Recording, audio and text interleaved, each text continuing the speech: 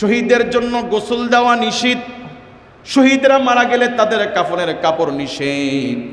শহীদরা যেই পোশাক পরে তারা শহীদ হয়, রক্তাক্ত হয়, ওই রক্তাক্ত শরীরের ওই পোশাক দিয়ে বিনা গোসলে তাদেরকে দাফন করে দাও। শহীদরা এই অবস্থায় আল্লাহর আদালতে হাসরের মাটি উত্তোলিত হবে। সুবহানাল্লাহ বলেন। আল্লাহ তাআলা আল্লাহর রাসূল শহীদদের ব্যাপারে বলেন, জান্নাতীরা জান্নাতে যাওয়ার পরে তারা এত সন্তুষ্ট হবে, কোনো জান্নাতি জান্নাত থেকে কখনো বের হতে চাবে না। এক শ্রেণীর মানুষ ছাড়া, তারা কারা? আল্লাহর নবী বলেন, যারা জিহাদের ময়দানে শহীদ হয় তারা আল্লাহর কাছে ফরিয়াদ করবে, আল্লাহ পাক। আল্লাহ জিজ্ঞেস করবে জান্নাতীদেরকে, তোমাদের আর কোনো অপূর্ণতা আছে? জান্নাতে আর কোনো চাওয়ার আছে? জান্নাতের মধ্যে শহীদরা কেবলমাত্র বলবে, আল্লাহ যদি আপনি সুযোগ দেন, দিল চায়, মন চায়, আবার আমাদেরকে পৃথিবীতে প্রেরণ করেন, আপনার রাস্তায় আবার লড়াই করে শহীদ হই, আবার আপনার জান্নাতে আসি। শহীদদেরকে এত সম্মানিত করা হবে, শহীদদেরকে এত সম্মানের পুরস্কারে পুরস্কৃত করা হবে যে সেই পুরস্কারে আশান্বিত হয়ে শহীদদের তামান্না এমন হবে যে তারা আল্লাহর কাছে ফরিয়াদ করবে, আল্লাহ আমাদেরকে আবার পাঠান, আবার শহীদ হয়ে আবার জান্নাতে আসি। সুবহানাল্লাহ বলেন। কাজে আমাদের কেউ তামান্না দিলের মধ্যে রাখা দরকার আছে না নাই? মুআজ্জিজ হাজিরিন, এক সৎ মা নিজের বাচ্চাকে সবসময় হেঁটে হেঁটে নেয়, আর সতীনের বাচ্চাকে সবসময় কোলে কোলে করে রাখে, একেবারেই কোল থেকে নামায় না। তো এলাকার মানুষ খুব প্রশংসা করে, বাপরে বাপ, এই যুগেও এত ভালো মহিলা পাওয়া যায়। তো একজন প্রতিবেশী মহিলা এসে এই মহিলাকে বলছে, বোন, ভালো হওয়া ভালো, কিন্তু এত বেশি ভালো হওয়া ভালো না। এটা কোনো কথা? নিজের বাচ্চাকে সবসময় কষ্ট দিয়ে হাঁটান, আর সতীনের বাচ্চাকে সবসময় কোলে রাখেন, কোল থেকে নামানি না, এটা কি ঠিক? এতটা ভালো হওয়া কি ভালো? নিজের সন্তানের প্রতি এই জুলুম করা কি ঠিক? তখন ওই মহিলা বলছে, বোন, আসলে ব্যাপারটা তো ভিন্ন। কি ব্যাপার? আমার উদ্দেশ্য তো ভিন্ন। মানুষ বোঝে না বিধায় আমার প্রশংসা করে, কিন্তু আমি যে উদ্দেশ্যে নিজের বাচ্চাকে আমি হাঁটাই, উদ্দেশ্য এইটা যেন আমার বাচ্চার পা শক্ত হয়, যেন সে মাথা উঠে দাঁড়াইতে পারে, সমাজে হাঁটতে পারে, দাঁড়াইতে পারে।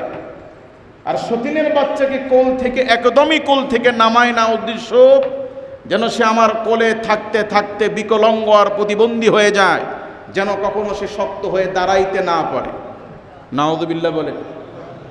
তো আমাদের মুসলিম জাতিকে এই জিহাদকে লক্ষ্য করে মুসলমানদেরকে জঙ্গিবাদ আখ্যায়িত করে পুরা ব্যাপারটাকে জঙ্গিবাদ হিসেবে গুলিয়ে শুধু কাফিররা না, মুসলিম শাসকদের কাছেও এই এমনভাবে উপস্থাপন করা হয়েছে যে জিহাদ নাম শুনলে এক শ্রেণীর মুসলমান তাদের শরীরে যেন আগুন জ্বলে। কথা বলে ঠিক কি?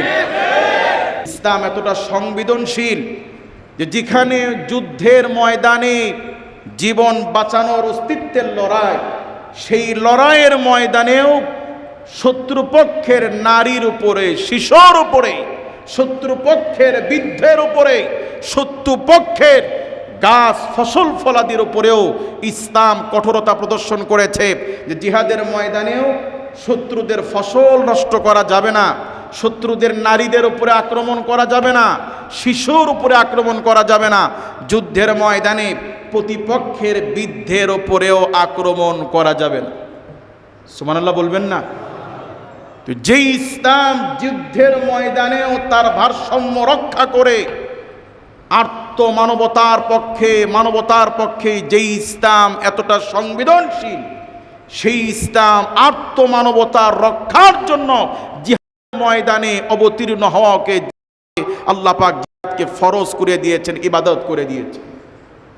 কাজী মুআজ্জিজ হাজিরিন, একটি রাষ্ট্রের ওপরে বহির শক্তি যদি আক্রমণ করে আর দেশের অতন্দ্র প্রহরী যারা সীমান্তের পাহারাদার, সেই বিজিবি বা বিডিআর যদি নিজেদের আত্মরক্ষায় গুলি চালায়, প্রতিরক্ষার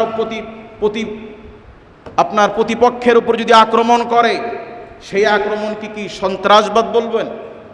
সেটা কি জুলুম বলবেন?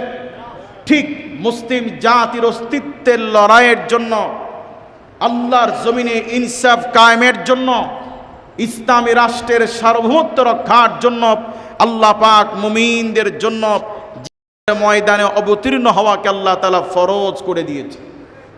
কাজেই প্রতিটি মুমিনের ঈমানের তামান্না হবে নিজেকে শাহাদাতের তামান্না দেখা, শাহাদাতের স্বপ্ন দিলের মধ্যে লালন করা, যে যদি কখনো সুযোগ আসে, যদি কখনো সময় আসে, যদি কখনো প্রয়োজন হয়, তাহলে মুসলিম প্রতিনিয়ত দিলের মধ্যে এই স্বপ্ন লালন করবে যে আমার মৃত্যুটা যেন জিহাদের ময়দানে হয়, শহীদি মৃত্যু হয়।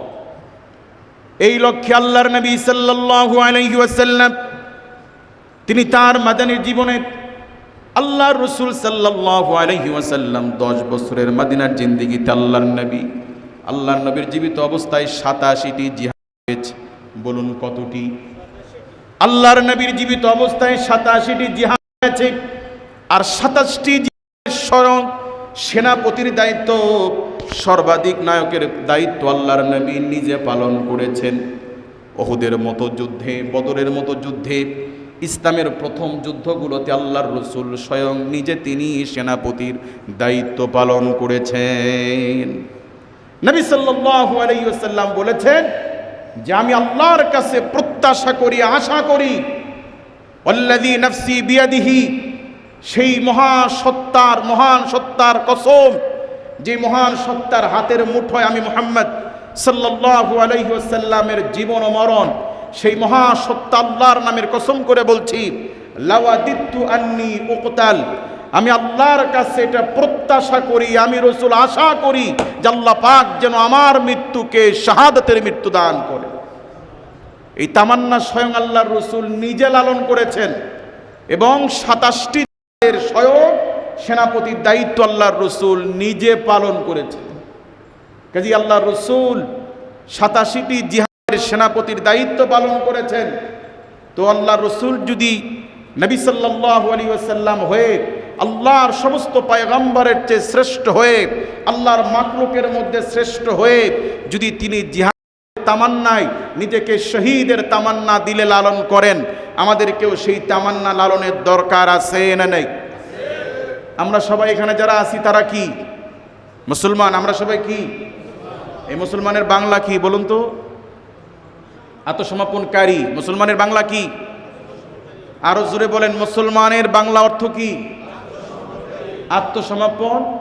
কার কাছে আমরা আত্মসমর্পণ করেছি? আল্লাহর কাছে আত্মসমর্পণের সর্বোচ্চ পরীক্ষা, আত্মসমর্পণের সর্বোচ্চ পরীক্ষা হচ্ছে আল্লাহর জন্য, দ্বীনের জন্য, আল্লাহর সন্তুষ্টির জন্য নিজের জীবনকে আল্লাহর রাস্তায় বিলিয়ে দেওয়া। এটা হচ্ছে আত্মসমর্পণের সর্বোচ্চ চূড়া। কথা বলেন ঠিক কি না? মুআজ্জাজ হাজিরিন, নবী সাল্লাল্লাহু আলাইহি ওয়াসাল্লামের উপর আল্লাহ কোরআন নাজিল করে আল্লাহর রাস্তায় যারা জীবন দেয়, শহীদ হয়, তাদের ব্যাপারে আল্লাহ পাক বলছেন, ওয়ালা তাকুলু লিমান ইউকতালু ফি সাবিলিল্লাহি আমওয়াত। শোনো মুমিনেরা, যারা আল্লাহর রাস্তায় লড়াই করে শহীদ হয়, তোমরা তাদেরকে মৃত বলিও না। কার কথা? বাল আহইয়াউন ইনদা রাব্বিহিম ইউরযাকুন। আল্লাহ উন্নত বলছেন, শহীদরা তারা মৃত নয়, বরং তারা তাদের রবের পক্ষ থেকে, কবরে আল্লাহর পক্ষ থেকে রিজিক প্রাপ্ত হন। আল্লাহ পাক কবরে তাদেরকে জান্নাতের খাবার খাওয়ান।